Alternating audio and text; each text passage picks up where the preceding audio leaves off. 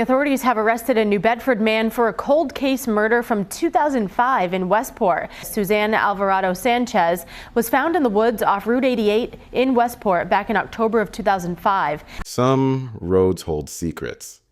Dark, twisted secrets that lurk beneath their weathered asphalt and dense tree lines. Route 88 in Westport, Massachusetts, held one such secret for nearly 2 decades. A secret that would haunt a community, torment a family, and ultimately expose how justice can arrive through the most unexpected advances in science. On October 17, 2005, as morning fog lifted from the lonely stretch of highway, a passerby made a discovery that would send shockwaves through this quiet coastal town. There, discarded like refuse among the autumn leaves, lay the brutalized body of 42-year-old Susana Alvarado. She had been beaten, strangled, and left to the elements, a final indignity for a woman whose life had already known too much hardship. The killer had chosen this spot carefully. Route 88, with its sparse traffic and thick woodland cover, seemed the perfect place to bury evidence of a violent crime. Perhaps they thought time would erase what they had done. Perhaps they believed that Susana's troubled past would make her death just another statistic, another cold case gathering dust in police archives. They were wrong. What the perpetrator couldn't have known was that science was about to undergo a revolution, that invisible traces left at the crime scene would eventually speak louder than any witness. That DNA, once a limited investigative tool, would evolve into something so powerful it could reach back through time and generations to point an accusing finger at a killer who had been hiding in plain sight all along. This is the story of how cutting-edge technology cracked a case that traditional police work couldn't solve. This is the story of Susana Alvarado and how justice finally caught up with her killer after 18 long years. How do you plead to this indictment? Guilty or not guilty? Not guilty. The morning Officer James Martinez arrived at the scene. Route 88 was still shrouded in mist. The call had come in at 7:42 a.m. A body spotted just off the highway's shoulder. What he found would haunt him for years to come. Susana Alvarado lay crumpled in the underbrush, her body bearing unmistakable signs of a violent struggle. Her death had been neither quick nor merciful. The crime scene told a grim story. Susana's body showed evidence of severe beating, but it was the ligature marks around her neck that pointed to her final moments. The medical examiner would later confirm what detectives already suspected. The medical examiner determined that she was beaten and strangled to death. She had been strangled, likely with bare hands, in an act of explosive rage. The killer had taken time with their work, suggesting this wasn't a random act of violence, but something far more deliberate. Initial evidence collection proved challenging. The location, while secluded enough for the killer's purposes, had exposed Susana's body to the elements. Rain had washed away crucial trace evidence, and the dense foliage complicated the search for physical clues. Yet, almost by miracle, investigators managed to recover one crucial piece of evidence: biological material on Susana's shirt. In 2005, this discovery seemed promising, but its true value wouldn't be realized for years to come. Susana's identity wasn't immediately known. It took fingerprint analysis to put a name to her face, and with that name came a story that complicated the investigation.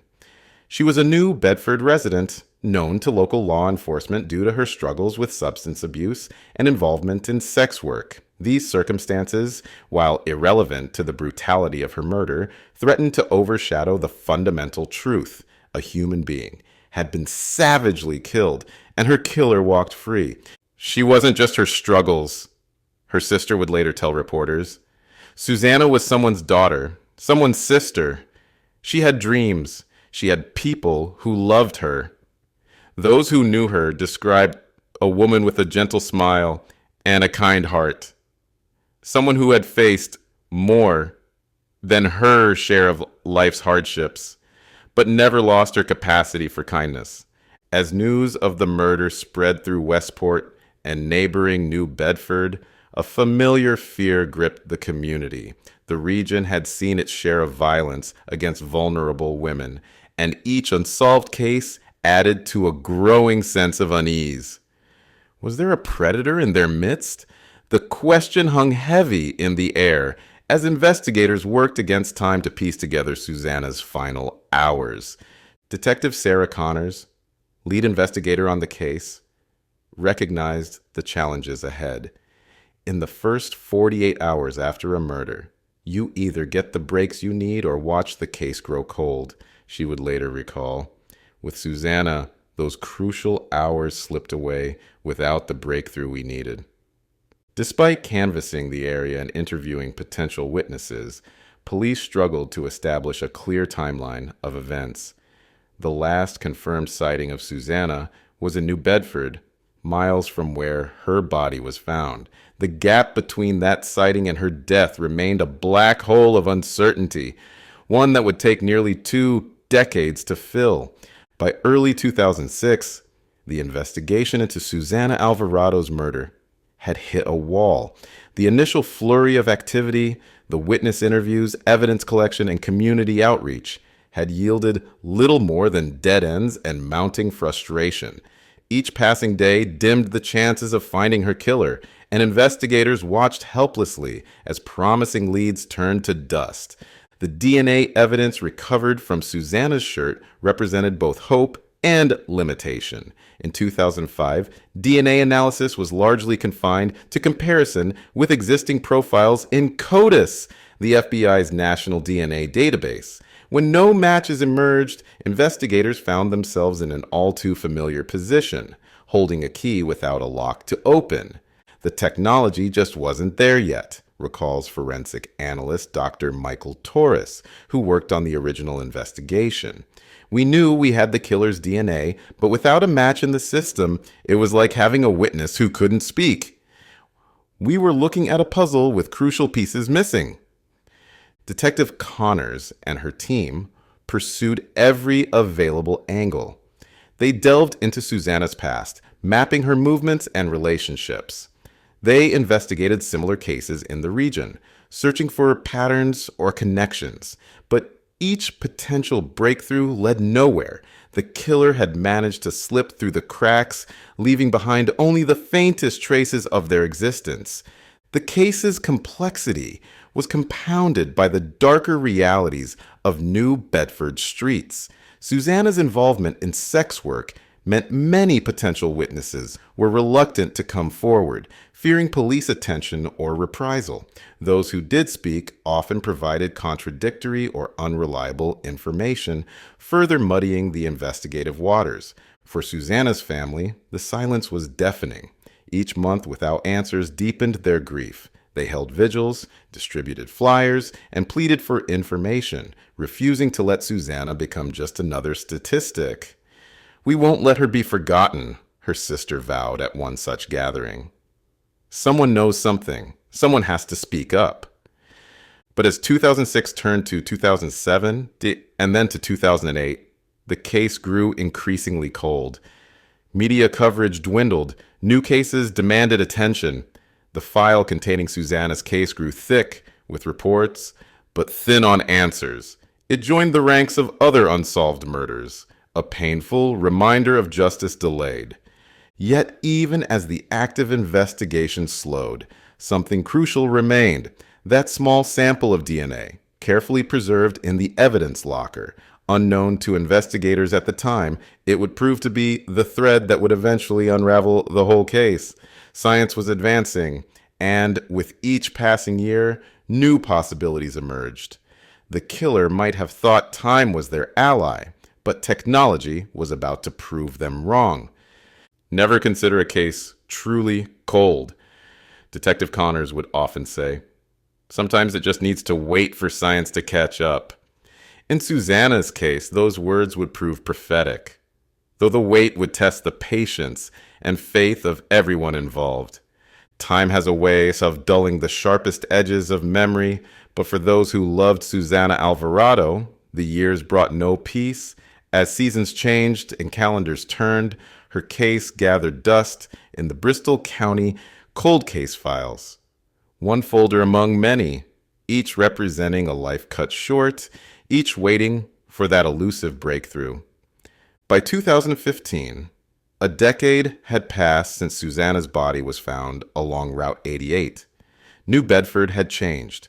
Businesses had come and gone, faces had aged, and new tragedies had captured public attention. But beneath the surface, something else was changing too. In laboratories across the country, scientists were revolutionizing the field of forensic DNA analysis. The advances we saw in those years were extraordinary, explains Dr. Rachel Martinez, a forensic scientist who would later work on Susanna's case. What was impossible in 2005 became routine by 2020. We weren't just looking at DNA differently, we were looking at family trees, at genetic connections that could span generations. These developments didn't go unnoticed by the Bristol County District Attorney's Office.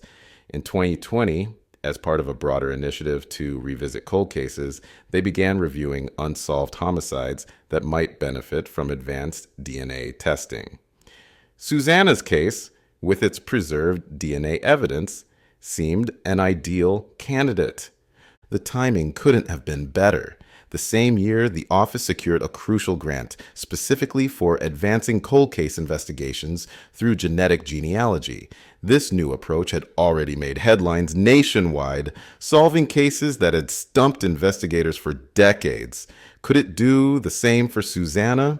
Detective James Morrison, who inherited the case during the review, remembers the moment they decided to reopen the investigation.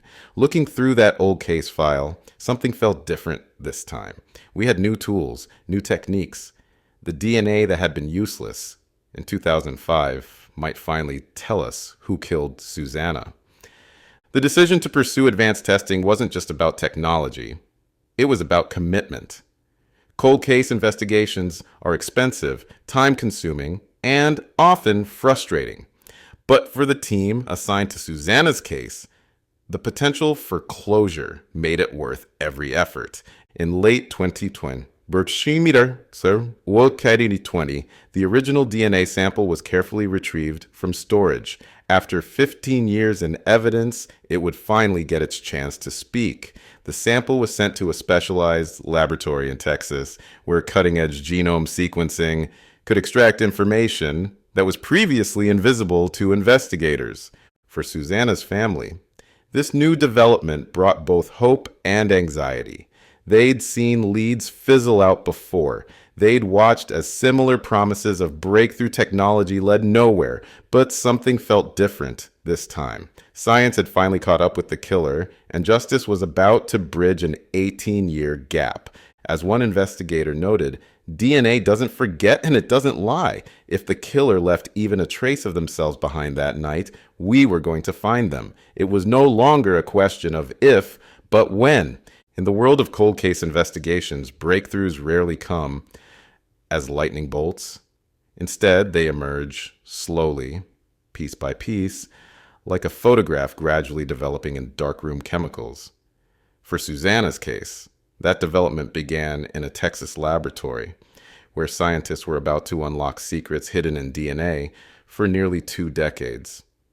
Forensic genetic genealogy allows you to upload the profile of an unknown individual and then understand their genetic relatives, helping to bring justice and answers to families, to victims. It's incredibly meaningful. Forensic genetic genealogy isn't like traditional DNA testing, explains Kobe Lawson, a specialist with Othram Laboratories, the company tasked with analyzing the evidence. We're not just looking for an exact match. We're building family trees, connecting genetic dots that can lead us to someone who may have never been in a law enforcement database. The process was painstaking. First, the lab had to extract usable DNA from the biological sample found on Susanna's shirt. No simple task given its age and condition. Using advanced genome sequencing, they began piecing together a genetic profile of the unknown killer. Each strand of DNA was a potential thread leading to the truth. Once they had a workable profile, investigators uploaded it to genealogical databases. These vast digital archives, filled with voluntary DNA submissions from people exploring their family histories, became an unlikely tool for justice. That DNA profile was uploaded into the law enforcement genealogical databases, and then Othram's forensic genetic genealogy team went to work building family trees, assembling a puzzle, if you will, to try to understand who is this person. The killer's DNA began telling a story, not just of one person, but of entire family lines.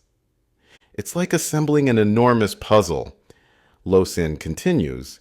You start with distant genetic relatives and work your way closer, building family trees, eliminating possibilities until you narrow down to a specific branch, and eventually to a single leaf. By early 2023, that methodical process had led investigators to a family with deep roots in the New Bedford area. As they constructed intricate family trees, cross-referencing birth records, death certificates, and marriage licenses, a name began to emerge. Simão Farias, a 62-year-old New Bedford resident. The discovery sent shockwaves through the investigation team. Farias had been living in the area the entire time, less than 10 miles from where Susanna's body was found. He'd been there in 2005, walking the same streets, breathing the same air as the detectives who had searched so long for Susanna's killer. But investigators couldn't move on DNA alone. They needed to build a case that would stand up in court. Quietly, they began investigating Farias's background, his movements in 2005, any connection he might have had to Susanna or the area where her body was found. The DNA gave us direction, says Bristol County District Attorney Thomas Quinn, but we needed more than just science. We needed to understand how these paths had crossed, how this man had managed to stay hidden for so long. The investigation took on new urgency. Every detail of Farias's life came under scrutiny. Meanwhile, the DNA evidence underwent additional testing, confirming and reconfirming the genetic links. There could be no mistakes, no room for doubt. Too much time had passed, too many years had been lost to risk anything less than absolute certainty. When the final pieces fell into place, they painted a damning picture. The DNA profile wasn't just similar to Farias's, it was an exact match. Science had done what traditional police work couldn't. It had reached across 18 years to tap a killer on the shoulder. December 2023 brought a bitter chill to New Bedford, but for investigators, the cold air carried a sense of long-awaited purpose. Armed with concrete DNA evidence and an arrest warrant, law enforcement moved with quiet determination. The moment they'd waited 18 years for had finally arrived. On a gray December morning, officers approached Simão Farias's New Bedford home. The 62-year-old suspect opened his door to find the past had finally caught up with him. The arrest was anticlimactic. No chase, no resistance, just the quiet click of handcuffs closing around the wrists of a man who had harbored a deadly secret for nearly 2 decades. Sometimes the most dangerous predators are the ones hiding in plain sight, Detective Morrison would later reflect. Farias had built a life here, all while Susanna's family grieved just miles away. He probably thought he'd gotten away with it. The following morning, Farias appeared in Bristol County Superior Court in Fall River. The courtroom fell silent as he shuffled in, a far cry from the younger man who had allegedly committed such a brutal act 18 years earlier. He pleaded not guilty to the charge of first-degree murder, his voice barely audible in the hushed courtroom. Bristol County District Attorney Thomas Quinn held a press conference on the courthouse steps, the same steps where years earlier Susanna's family had pleaded for information about her killer. This arrest, Quinn announced, represents not just the power of scientific advancement, but the unwavering commitment to justice, no matter how much time has passed. The prosecution's case, as outlined in court, was built on more than just DNA. The biological evidence found on Susanna's shirt had been supplemented by exhaustive investigation into Farias's history, movements, and potential connections to the victim. While the DNA might have led them to his door, prosecutors were building a case that would lead him to a cell. Judge Samuel Thompson ordered Farias held without bail, citing the severity of the charges and the methodical nature of the crime. The decision brought visible relief to Susanna's family members present in the courtroom, though their expressions remained heavy with the weight of 18 years of waiting. Outside the courthouse, reporters pressed for details about the suspect. Who was Simão Farias? How had he managed to evade detection for so long? The picture that emerged was troubling in its ordinariness. A local resident who had lived and worked in the community while carrying the burden of his alleged crimes. For the investigators who had worked the case, the arrest brought professional satisfaction tinged with sadness. "We got him," Detective Morrison said, "but we can't give Susanna back the years that were taken from her. We can't erase the pain her family has endured. What we can do is make sure he answers for what he did." As Simão Farias awaits trial, the implications of his arrest reach far beyond this single case. In evidence lockers across the country, countless DNA samples from unsolved crimes sit waiting, their secrets locked away until science finds new keys to unlock them. For the families of other victims, Susanna's case offers a glimmer of hope, a reminder that no matter how many years pass, the truth can still come to light. These cases are never truly cold. District Attorney Quinn reminds us, as long as evidence exists, as long as we have the will to pursue justice, there's always hope for resolution. But I think when investigation results in someone being charged, certainly the family is certainly relieved and very pleased with that. The quiet stretch of Route 88 where Susanna's body was found looks much the same today as it did in 2005. But it no longer holds its secret. Instead, it stands as a reminder that in the pursuit of justice, time is no longer the ally of those who would hide their crimes in shadow. What dark secrets lie waiting in your community's cold case files? How many killers walk free, believing time has erased their crimes? If this story has taught us anything, it's that justice has a way of catching up, sometimes when we least expect it. If you want to see more true crime stories like this one, don't forget to like and subscribe. Hit that notification bell to stay updated on new uploads. And let us know in the comments, which cold case do you think deserves a fresh look with today's technology? Until next time, remember, no secret stays buried forever. You need to persevere in going through all the evidence, taking another look at it with advanced testing in DNA and the genealogical DNA. That opens up a door that didn't exist many years ago.